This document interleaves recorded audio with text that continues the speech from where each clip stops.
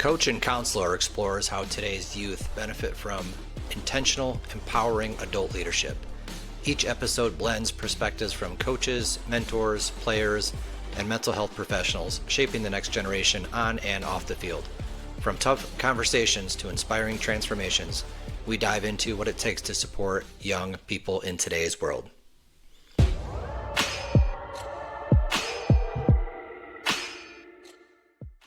All right, welcome to the show. We have Ava Kuszak on the podcast today. A long list of accomplishments. I don't even know where to start. Second team All-American this past year. First team All Big Ten. Ranked, somewhere between the second and fifth top shortstop in the country. She's accomplished 3 state titles in high school on the softball side, a state title on the soccer side. And at Nebraska Gold was a national champion on that team as well. Quite the introduction. Welcome to the show, Ava. Thank you. I'm excited to be here. Appreciate you coming on. So I figured we'd start kind of like, obviously we'll end with the season that you just had, which was absolutely incredible. But I kind of want to go back and let's first kind of start about, 8th grade-ish, right? You're playing soccer. I think that's about the time maybe that I first met you. You come in to do a workout with me, and you were on a rec club, not even a club team, a rec level team. It was like sea level, like it was low. It was low. And so was it your dad who brought you there the first time? I think. Yeah. So it comes in and I could tell right away. Obviously, there was something special there. Maybe not the greatest softball player at that moment, but definitely athletic as heck. So let's kind of walk through that journey of, let's go back into the kind of the 8th grade mind of Ava and going, where was your head at? You played a bunch of different sports. I think you swam as well. Like, what was your best sport, and what was your favorite sport at that time? At that time, it was soccer. Like, my heart was like throughout, like, because I played soccer like the longest, and I was fully set on soccer. And then I started playing like competitive softball, but it wasn't like very high level. But I was like, I really like this. Like, I started having a lot of fun with it. And then going into 8th grade, when I was thinking about either doing soccer, and then I started really liking softball, my parents were like, you got to choose one like that you want to like focus on like the whole time, because like club soccer was during the summer, so I couldn't really do that with softball and it was also in the fall too. And I was like, are you going to play club soccer and not play high school softball? It was kind of all over the place. So because I really wanted to play both. Like, that was my heart. It was set on both, because soccer was in the spring for high school. So it was so my heart going into 8th grade, I was and then it's kind of switched, and I was kind of both. Like, I was split. And then going into freshman year, I was like, I think I want to do softball. And then I decided that I wasn't going to do club soccer anymore, and I was just going to do high school soccer and stick with softball. And then that's when I joined the Firecrackers too, at that point, going into my freshman summer.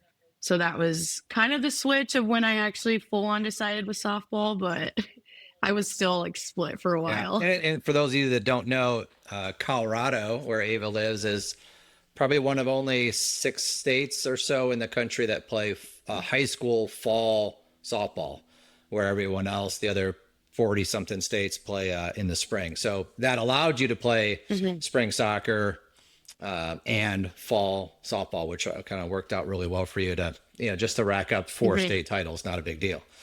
Yeah. All right. So just rack them up. You're in freshman year, you start to really, pursue pursue softball, which, a lot of times on this podcast, we're talking about early specialization or specialization, you really kind of never did, right?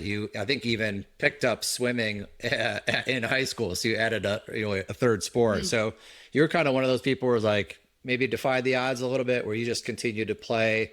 Obviously, you put a little bit more time and invested more time into softball. You're starting in your high school years, but you played at least 2 sports kind of nonstop, right?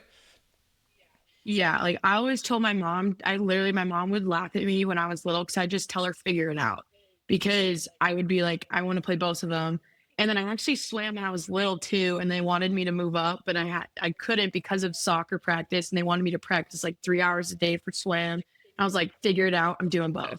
Like my mom laughs about that all the time because she was just like, you just knew what you wanted and just told me to do it myself. So I'm so happy that my parents were like allowed me to literally do that too. Like it's not easy, especially with Cole too. He was going all over the place. And so my parents were literally split, taking my brother one place and then taking me somewhere else, had to switch at some points, like taking me from soccer practice to softball. And like it honestly helped doing it both, like doing it all, because I could take everything I learned still into every other sport, like whether it was like hand-eye coordination or like just speed and like conditioning and all that stuff. And it kind of evened out my body, especially with swim. That's what I've noticed too. Like swim, it wasn't as hard compact on my body. So it was like using all of my muscles compared to just running all the time. So that was a really cool thing, like looking back on it now that I was able to do. Yeah, and so you kind of brought up your family, right? The role that your parents Hmm. played, but I also know that there's at least a couple other people played a pretty significant role in getting you to practices and trainings. Who are those stud athletes that I'm talking about? Grant. Oh man, I remember grandma, Oh, and grandma grandpa. and Yeah, grandpa?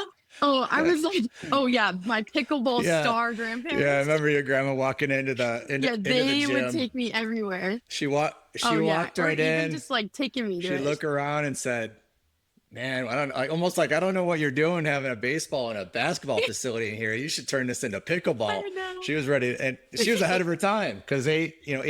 I know. She asked. She was like, "Can you play pickleball Yeah. here?" So who's of all the besides you and your brother, who's now a pitcher in college, besides you two, who's the best athlete in the family? Besides you two, tough one Oh, here.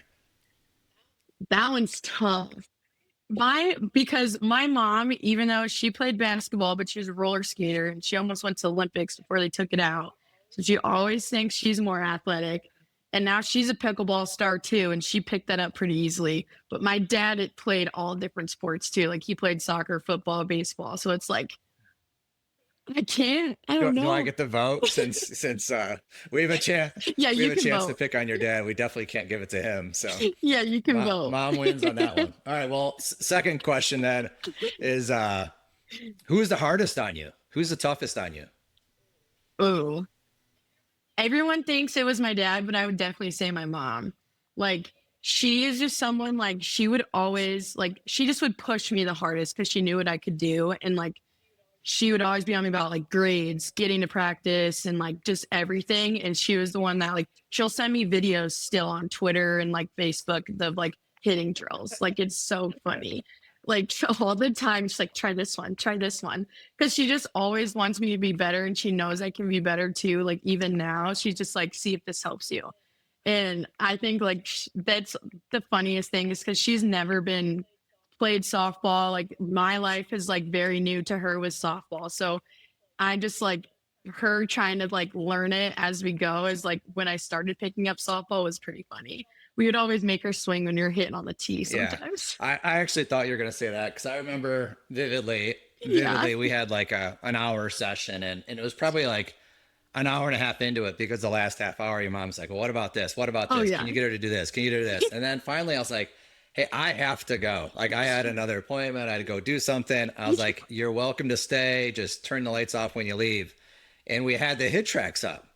And when we Hmm. left, or when I left, it was probably like maybe you took 150 swings. And then the next day I come down to do lessons with someone else. The hit tracks is still on, and you were the last person in there. And there was like, if I remember right, there was like 400 swings. I think she had you there for another hour and a half. Your hands must have been bleeding by then. Oh yeah. She kept me there all the Yeah. time. And then of course I made her go in there too. I was like, you try. All right. So you joined Firecrackers. Now you're playing, really competitive team, starting to travel around.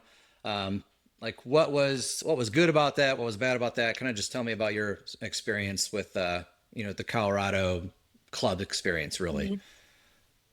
Yeah, when I shifted to firecrackers, I think that was like when I was like, I really want to get into like softball at that point. And then because with my other team, we really like we played one out of state tournament. Like it was only Colorado and it was against the same teams. And then when we went to Firecrackers, we at least went to like Kansas. And I remember going to San Diego and like going around and seeing all of these different teams out of state. It kind of like, I honestly started to realize, I was like, dang, I was like, these girls are athletes. Like, and they play year round, but they were good. Like, and I was like, there's definitely, I realized the fall off, like, especially with my, like, it's even my abilities. Like, I was just like, even pitching, hitting, I was just like, wow. And it made me want to be better. And I think that was the coolest thing, was just being able to play those teams. It definitely made our team better when we'd come back and play Colorado teams. Cause then we'd honestly beat a lot of people at Colorado teams. And then we'd go out of state and it'd be kind of a hit or miss if we could stay with them or if it would be a tough game. So that was definitely like a cool experience, just to kind of see how different athletes come from all different states too. And so if you were to reflect on that time, like how good were you back then compared to where you are now? Oh, yeah. Like I sit there and I'm like, I'll even look at videos too. And I'm like, my swing is like, it's 10 times different too. Like it's just like crazy, like more athletic too. Like it's a huge difference. And like, I remember the one camp before I switched to Nebraska Gold, I was like, I went to I think it was at Cal State Fullerton, and Nebraska coaches were actually there. And I met Coach Miller there. And I just remember going to my dad after and I was like, I got to get better. Like he always brings that up because like I went to my dad, I was like, I got to get better because these girls are insane. Like if I want to go play college, like I have to be better. And that was kind of a shifting moment where I was like, I need to go out of state and kind of go play better competition and push myself to see if I can even get to that point of playing D1 softball. But compared to my sophomore year of high school, that was a different person than even junior of high school, like a different athlete. Yeah, and I think that's great for people to hear. I think they on the outside they look Mm-hmm. in and they see, Ava who's, all American and, all this and all that. And I don't think most people realize that, the sort of the trials and tribulations and the stress and, the different environments. I mean, again, I remember working with you one Mm-hmm. time and you missed probably every single ball. And I was Every ball. like, it looks Every ball. great. It looks great. You're like, everything's starting to come together. You kind of sometimes have to take a step back or multiple steps back in order to take steps forward. And like the Mm-hmm. movement pattern that you were starting to create was the right one. It was good, but you were missing every ball and you started to cry. And I'm like, but I was like, Literally, I was so trust me, mad. it looks great. And you're like, but how? But how? And I think that was like the first week of even working with you Yeah. too, because I was just like, oh, like I went home. I remember getting in the car with my mom. She's like, it's kind of like we'll go hit again and it'll be fine. I was like, Mom, did you see me? I missed every Yeah. ball, like every Yeah. one. So everyone's got to start somewhere, and I think it's great for people to hear Yeah. that you definitely had your struggles, and we'll get into even, Hmm. you obviously started having a ton of success at that point, and then you started going to camps, which I wanted to get into in a second. But let's first go to why did you make the switch from playing in Colorado to making a jump and playing out of state every opportunity with Hmm. Nebraska Gold. I think one of the big things was like our team, like Kansas, we went to Top Gun and there's like the Maverick and Viper. And we were in the Viper, which is like the lower like bracket. And I remember like emailing coaches and being ready to like, I was like, oh, sweet, like coaches will be here. And like, I literally didn't remember seeing like maybe one coach, like D1 coach at those fields. And I was just like, and I wasn't D1 or bust. Like my dad was like, come on, Nick, you got to. But like we made like a little bet when I was like 10. But he like I just kind of sat back and I was like, I don't really see like the coaches like kind of coming out here to these fields. Like, and I would send emails. Like my mom would make me sit down and send emails and all the time. And she'd be like 7 a night. I was like, okay, mom. But like fine. And then I just remember that. And then like even going to camps and being or like trying to talk to coaches. And I was just like, what can I be better at? Like, and they were just like talking about like trying to get exposure to like higher athletes around you too. Cause after that, I was like, never, like, I always wanted to be surrounded by someone that was better than me because I just wanted to push myself. Cause that's kind of how, if I was someone that was better than next to me, it would push me to be better. And so that kind of helped me competitively because I was like, oh, I'm not going to make her be better than me right now. Like I have to at least fight. And so then I think it was going into my sophomore year, Nebraska Gold was kind of reaching out and kind of just had interest to possibly play with them. And I was still kind of half and half because I loved the team that I was playing on because I was with them for 2 years. But when then it went to that camp in California and I was like, I have to, like, I got to get Yep. better. Like, I even remember watching infielders, like, and how smooth they were and like the plays they were making, like making them look so easy. And I was just like, I just sat back and was like, wow, like it was crazy. And we never even, I was like, there were some teams I was like, I've never even heard of like some of them, like the Thunderbolts and like the SoCal Athletics. Like that was the first time I've ever saw like those girls. Like, so there was a lot more teams that I could be playing if I was on a higher level team. So that jump was, I was like, I'm going to take a risk on myself and try and see if I can push myself to get better. And it worked out pretty well. But It sure did. So yeah, yeah. you increased the competition within the team, the inter and Yeah. intra competition, and played a lot of other talented Mhm. teams, which is really what we try to preach to everyone, to play at the highest level that they possibly can. Tell us about. Okay. I mean, you guys won a national championship, so you guys were incredible. But how Yeah. many of those girls are Division 1 players, Division 2 players? How many of them are playing with you on Nebraska right now, University of Nebraska, Yeah. or have played with you even when you were at Wisconsin? Yeah, my freshman or the first year I played with them, like Billy Andrews, who is the starting shortstop at Nebraska for all 4 years. Kaylin, she was a pitcher at Nebraska. Like that entire team, the first year, Lauren Krings at Mizzou, like all of those girls were going D1, like the entire team.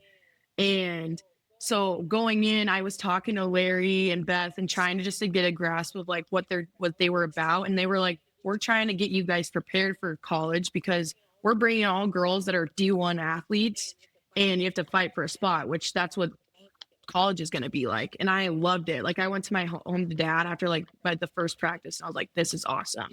Because I sat back and I was like, I get to learn from girls that have been here for 3 years and are committed somewhere and I'm not. And I get to be around them and just learn from them too. And then the next year, Jordy came. We were with Ruby, who is at Washington now in Oklahoma State. Like that entire team, I think, except for two girls, were D2. They were all D1. Like that, they was stacked. Like our team was stacked, and it was really fun to be around. And we had 19. Like we had a big roster too, so it wasn't like everyone was playing. Like we had people sitting, like, and it was just like it was really like a college experience before we even got to college, which is really cool. Yeah, that was. Yeah, you just named three of the top pitchers in the last 5 years, Yeah. right? Between Laura, Jordy, and Ruby. Like that's insane. Mm-hmm. That's insane. So an incredible experience. You learned from, the families were great for the most part. I'm sure the talent was great. You played a lot, but you had to earn it. I remember, obviously, Mm-hmm. your dad calls me and we talk like, old ladies for hours at a time sometimes. And, I think I had to talk Kevin off And about a chickens. lot of it about chickens. Yeah, we won't get into that here, but yeah, I had to talk Kevin off the ledge a few times when you may or may not been in the lineup Oh every yeah. day, but yeah, you fought for it, you earned it, you earned everything that you got, and And and then it allowed you to start getting some offers. Before we go into your first year at Wisconsin and accepting that, I do remember you going to a camp. So here you are, right? You're fast forward 3 years later, All American, all those accolades. You went to camps, and I remember one camp, them reaching back out to me and saying, "Yeah, like she's pretty good. Like she's just, she's not very big. Almost like she's never going to be able to kind of make it as a power hitter in this league or in Division 1." So Mhm. tell me about like when you heard stuff like that and going to those camps and inevitably getting turned down, like what that did for you, and did it add any fuel to your fire at all? Oh yeah. Because I know like I knew I could like I hit home runs and like I was never like, oh, I need to hit a home run. But like throughout my entire high school year, like they had strength and conditioning at our height like classes at our school. So like every time I was in there, I'd think about it because I was like, oh, I need to get stronger and I need to get better. Like even in here, just because that was when I kind of realized how much like weight, like lifting and getting ready for college too is a big difference. It makes a huge difference because when you're facing 70 miles an hour or 65, you can't like, it's kind of hard to hit the ball pretty hard back at them if you're not very strong. Like other than like slappers can get the ball and play and pretty well. But like if you want to hit nukes, you got to have some power with you. Like just a little bit. So, but definitely like hearing that stuff, I just remember like my dad would tell me, and I was just kind of like, really? Like, and then I would just, it would make me like, I was like, okay, fine, I'll prove him wrong. Like, and trying to, of course, I'd get upset about it and just be like, it would be hard to kind of hear, but honestly made me better, like for the better, because it would like fuel me for the next week for lifting. So, Yeah. Yeah. And that obviously you did that and you accomplished that, but not without kind of taking a massive step backwards. So, yeah, mhm. ton of success in high school. Basically since you're probably freshman year in high school and joined the Firecrackers, all throughout high school, your 4 years of high school, you were incredible. Your Firecrackers days were great. Your Nebraska goal is great, right? And then you go to college Mhm. and you had a great fall season. And I remember you batting, I think the first game of your career, the first game of the season, which is also the first game Mhm. of your career. I think you were batting fourth. Like, so everyone knew that this girl was great, had power, and you walk in and you finish the year. Can I say it? Can Strap I out. say it? How Yeah, go ahead. there's the Mendoza line, right? Which is 200. And then there's half of that. I won't say the exact number, but you were down there. Tell everyone like what happened. I mean, there's not just something physically going on. There's like mental uh Yeah. struggles going on. Tell us everything about what happened that first year. Like I literally, I think it was 100% mental. And I think we actually talked about, we just had our first team meeting. Coach Ravel was like talking about like, where was a time that you were like living in the past that kind of put like, just kind of put like more pressure on you and kind of just put more anxiety in like in your heart while you're playing. And I think going in my freshman year, like I obviously had so much success going into college, and I like sit back now and like I'm thankful for everything that happened because it made me for the better. Like it honestly was the best thing that probably could have happened to me, even though I'm like, I know I'm better than that average. I know I am. But I think like going through my freshman year, fall was really good. Like I hit better in the fall than I did throughout the entire year in the spring. And then I started, there were a couple of the game, I think it was the first like 4 weekends. And then I ended up getting pulled from the lineup. And then so I became kind of like a pinch hitter, kind of just getting thrown in for at bats and situations where they might have needed someone new because we weren't seeing the pitcher. Oh no, I lost an AirPod. Um, but and then after that, I think it just went straight to like my mentality because I would like go back and I'd sit back in the past and I'm like, what, look what I did. And I would just like, I was focusing too much on what I did. And took me out of like the present and what I needed to do then.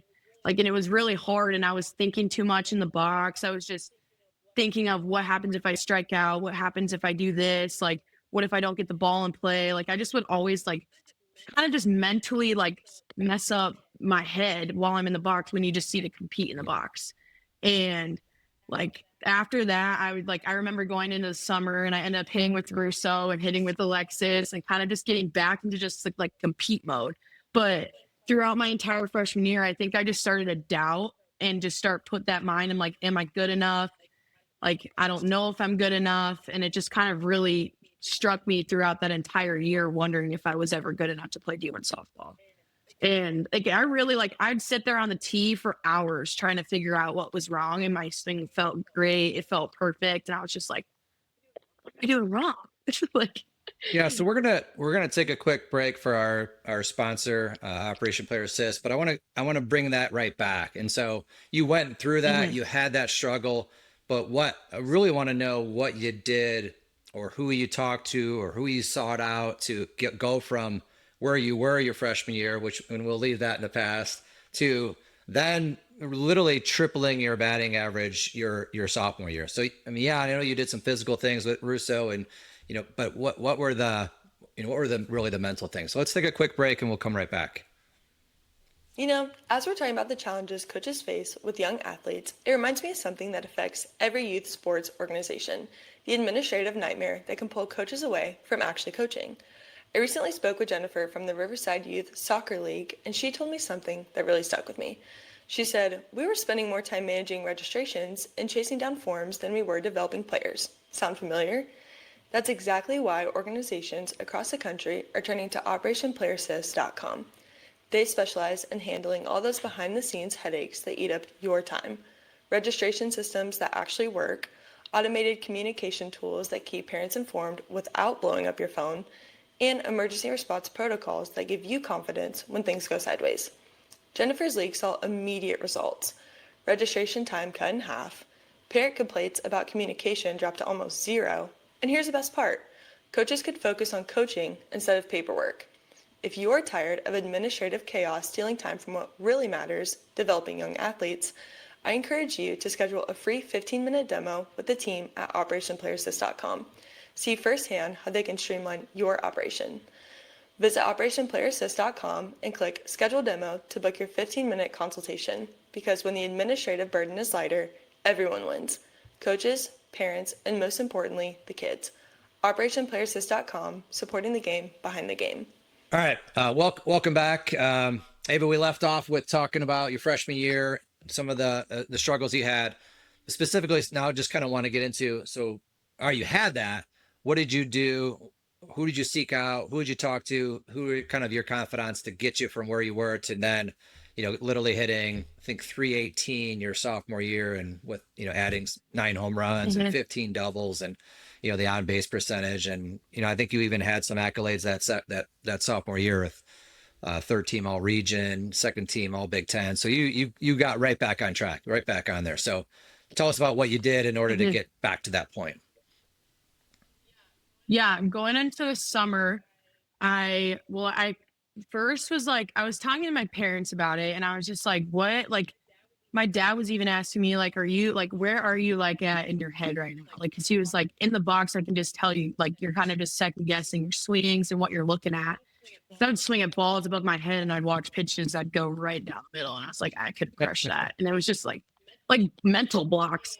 And like, it was hard because I would try and talk, to everyone. Like, I would even talk to my teammates too. But I was like, I kind of had to sit back and realize, like, no one can really feed me with the confidence I need to, like, what I need to hit the ball. Like, I need to start feeding that to myself. And like, through that entire summer, like, I just kind of put in my heart that I was like, I'm proving that was not me next year. Like, I just had to change, like, and I was like, I'm not like doubting. And I just had to start switching my mindset to kind of get out of that, like, doubt. And obviously you're going to have that doubt, but the entire summer I just started, even if I did, I would just try and think about something else and try and get out of that like headspace that I would get to where, and I would just be like, see ball, hit ball. Like, I try to make it as simple as I could, just because I was trying to overcomplicate so much. And I think that honestly, like, once I kind of simplified it, I remembered, like, I've played this game for so long, and I like, even though it's a different level, like, obviously, like, going up into college, like, there's the pitching coaches are watching your film every day to see what you can and can't hit. Like, rather when you're a club, you just kind of show up and they're like, okay, can't throw that there again. Like, they just kind of go. Like, and I had to realize, like, I had to break those scouting reports. Like, I had to do so much more within myself to kind of just, so I could be more prepared where I wasn't having that doubt. And so I could just go play. So I was watching film, like, especially during the summer, I was watching my film, trying to just figure out where I was, like, and we're trying to remember what I was thinking that bat. And I was just like, and I was like, okay, I was trying to guess on that pitch rather than just read it and like see what it was actually like she was throwing, even though you don't really have that much time, but you still have it like point whatever to read it. And so I kind of just really tried to simplify it, just because I was like, there's nothing physical that I really need to work on other than I was like bent over the plate. But like, it was really just trying to get my mental space to where I was just competing in the box and was leaving the doubt outside of it. So when you reflect now, do you feel like, so you did, you had some mechanical things, some posture issues, right? Do you feel like, was the mental stress that led to some changes, which led to this spiral, like sort of the negative spiral mechanically? or was it the mechanical thing that kind of started and then that leads to the mental and then everything obviously just, inevitably it spiraled out of whack? Do you feel like there was, reflecting now, do you think that there was one that started the other, or do you think it just happened? I honestly think the mental kind of started the other, just because I would try, like, especially when I was hitting, trying to figure out what was going on and what I was doing wrong. I was in the cages and I would try and fix, like, and I'd be like trying to like make little fixes when honestly, like, I really should have just been looking at my film and been like, okay, that swing was actually really good, but I was swinging a ball 3 feet above my head, Yeah. basically. Like, and it was like, and when I started doing like the mechanical stuff, I think that's when it started to kind of break down. And I think especially with like the posture and stuff, even I feel like that's even mental kind of, because I made myself like smaller in the box and not as like, my presence in the box wasn't as strong too. And I think that's a huge difference between my freshman year and sophomore. If you look at film, like I look like a different person just standing in the box. And I think it's really truly mental. And my dad has always told me that. And I never really like really realized it until my freshman year, because once I went through it, I kind of really actually understood it, just because I had my team that I had played on growing up. Like I never really had to put that much pressure on me. And especially going into Wisconsin, I was very like, I just put a lot of pressure on me because I was like, oh, I need to perform because I did this and I need to do this.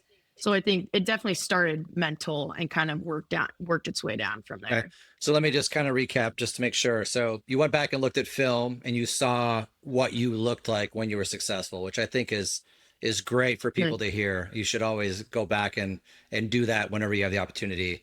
Two is you had some what sounds like some positive self-talk, right? Of like, hey, I'm the best, like I'm good, or whatever it is that you were saying to yourself. If you have something that was specific, share it Mhm. with us. But you basically just went to simplify. Maybe that's two and three. Simplify, simplify, simplify. Don't complicate the game because it's hard enough as it is. Mhm. And then just spew positivity. Is that kind of like a Mhm. good reflection of what changed between year one and year two? Yeah. Yeah, and I think it was also like I even carried just like I remember going flying back to Wisconsin for my second year, and I was just carrying that anger kind of a little bit with me too, just to like just to prove myself, because I was like that was not who I was, and I just wanted to prove myself right because I knew what the athlete that I was, and I just knew that I could be better than what I showed. So I think that anger kind of fueled me as well.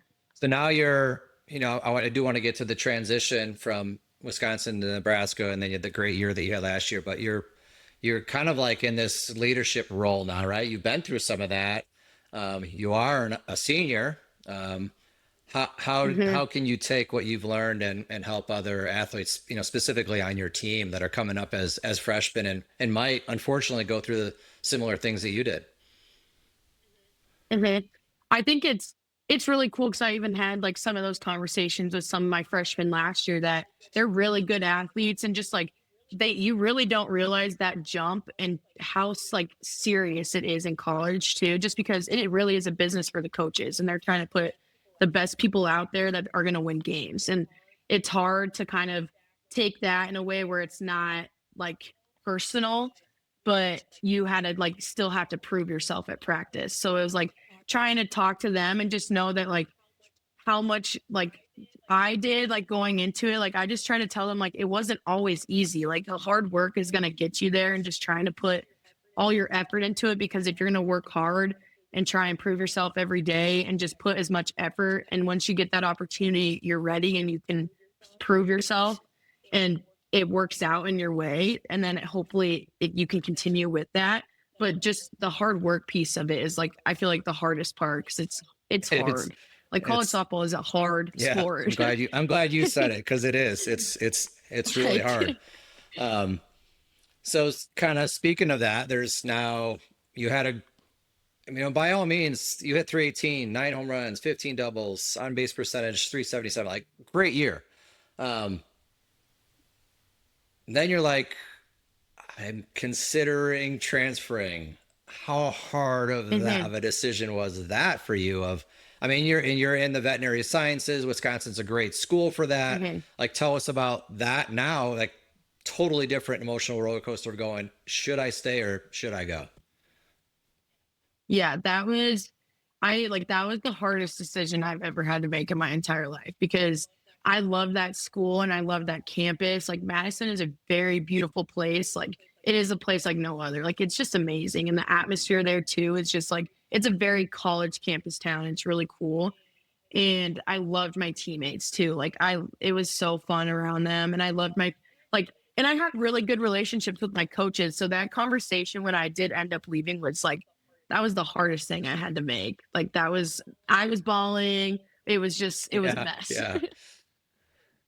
Okay, so then now you're in. Now you get to Nebraska, you're in. You've reunited with some of your Nebraska Gold teammates. You're in Nebraska. It's where your family's from.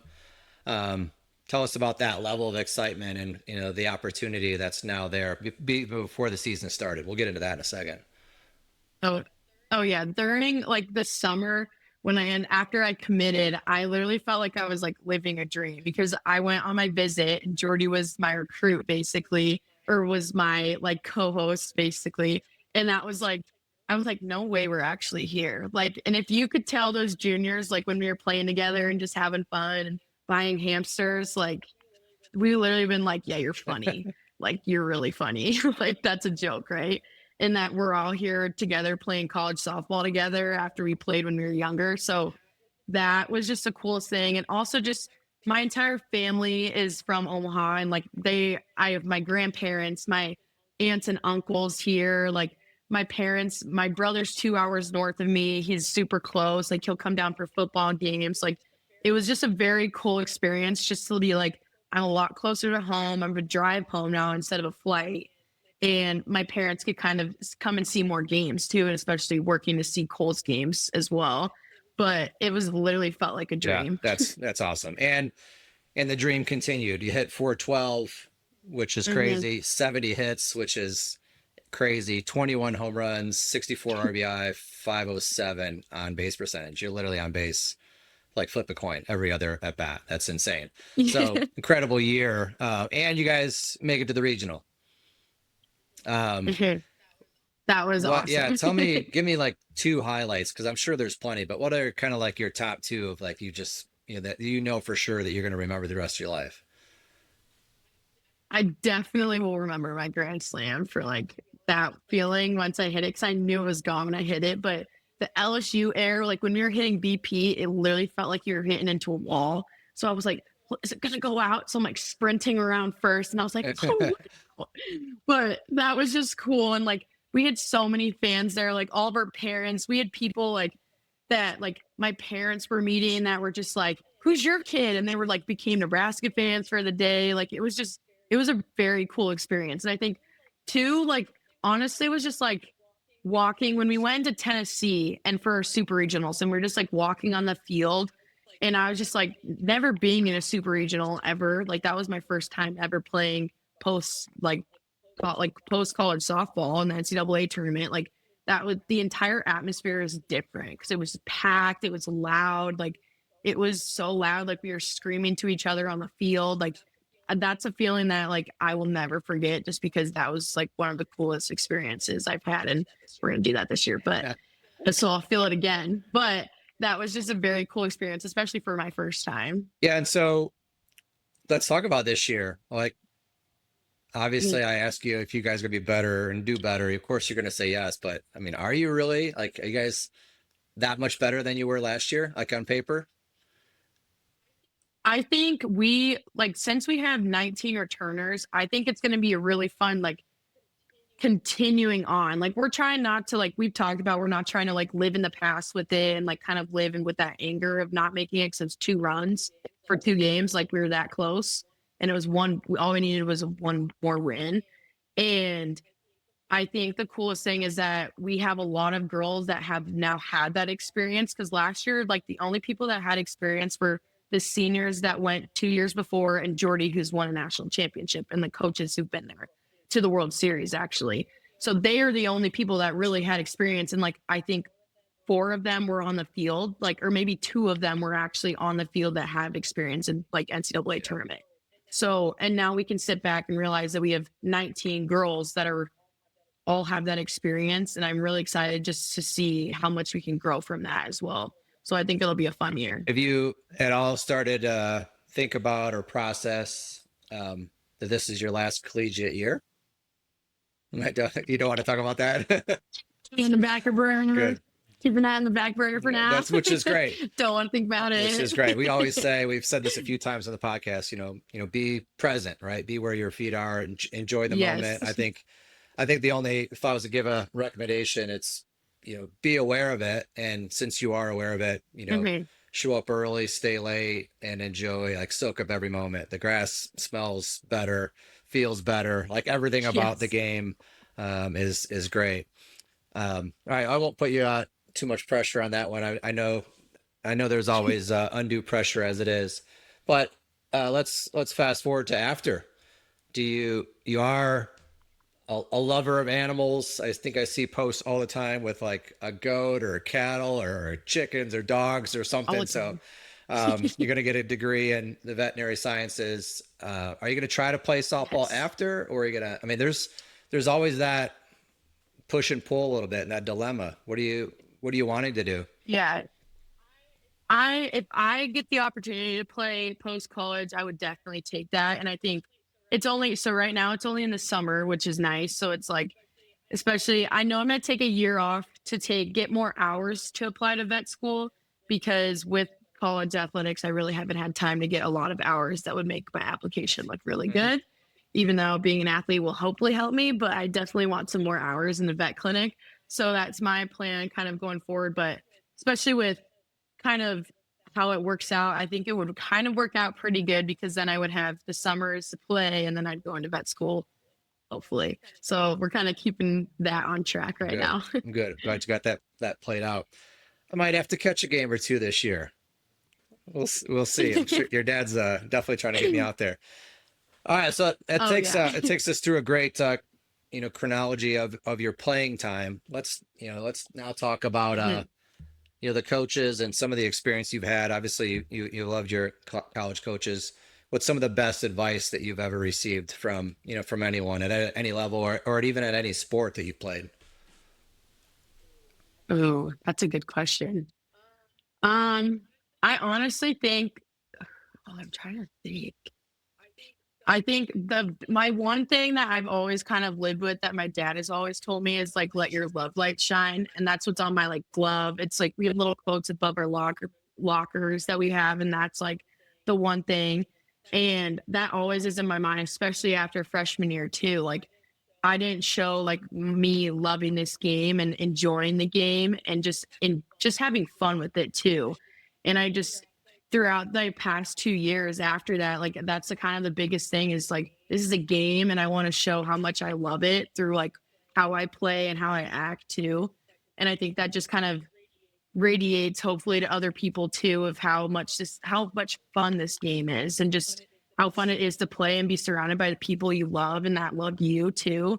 And it's just a really cool thing to be a part of. How do you act in practice and in games? I'm a weirdo. You know that. That's why I asked. I've seen you're mic'd up, so yeah.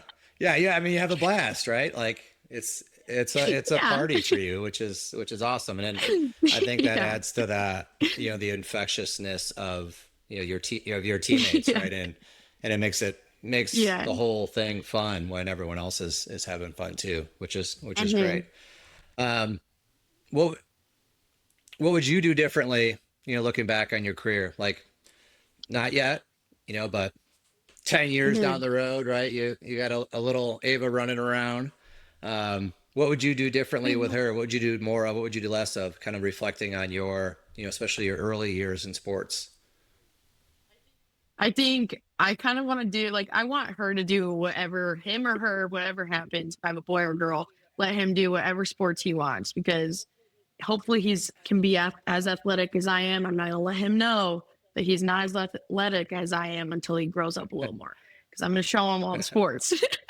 But I think just trying, like, honestly, I think the best thing for me was playing different sports and just getting that a piece. So I definitely want to do that and continue that, and just let them do whatever they want to do.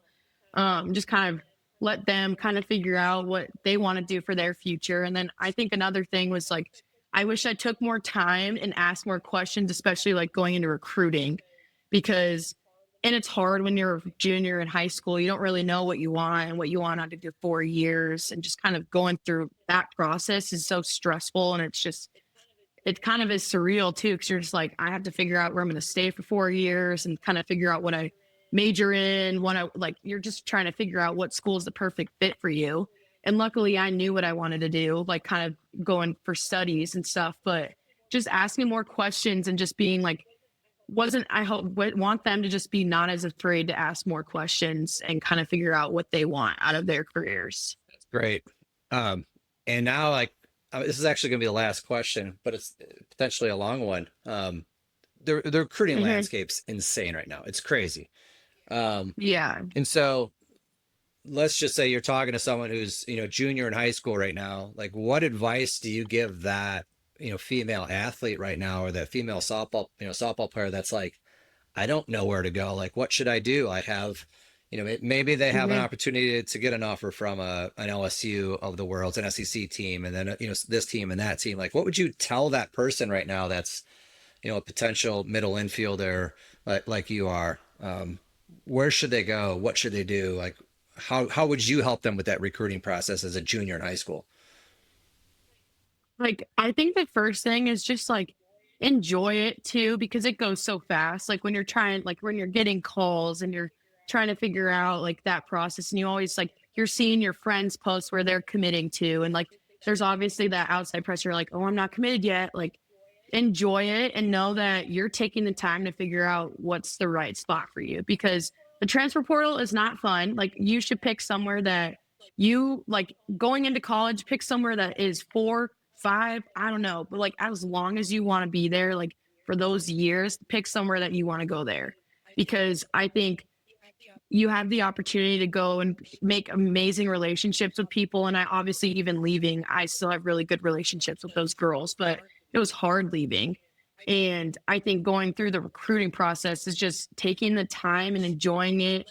Let the coaches know when you're not if you're not interested, they won't take it to heart. Like, you can let them know I don't want to go there. Like, if you want to go out, I had to do that. If you want to go out of state, you can tell them, like, it's okay.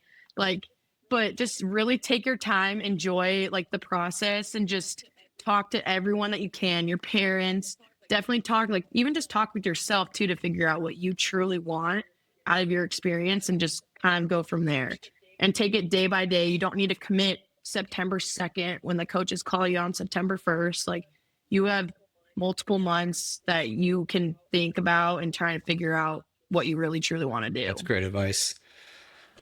Well, do you have anything else to add to the podcast as we wrap things up here? Go Big Red. Go Big Red. Go Big Red.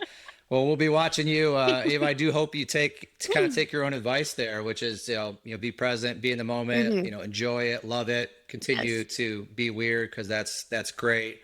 Have a blast, and I think if you do all that and you take your own advice, you guys are going to have some incredible successes. We'll be following you. Good luck to you, and thank you. We'll be watching you throughout.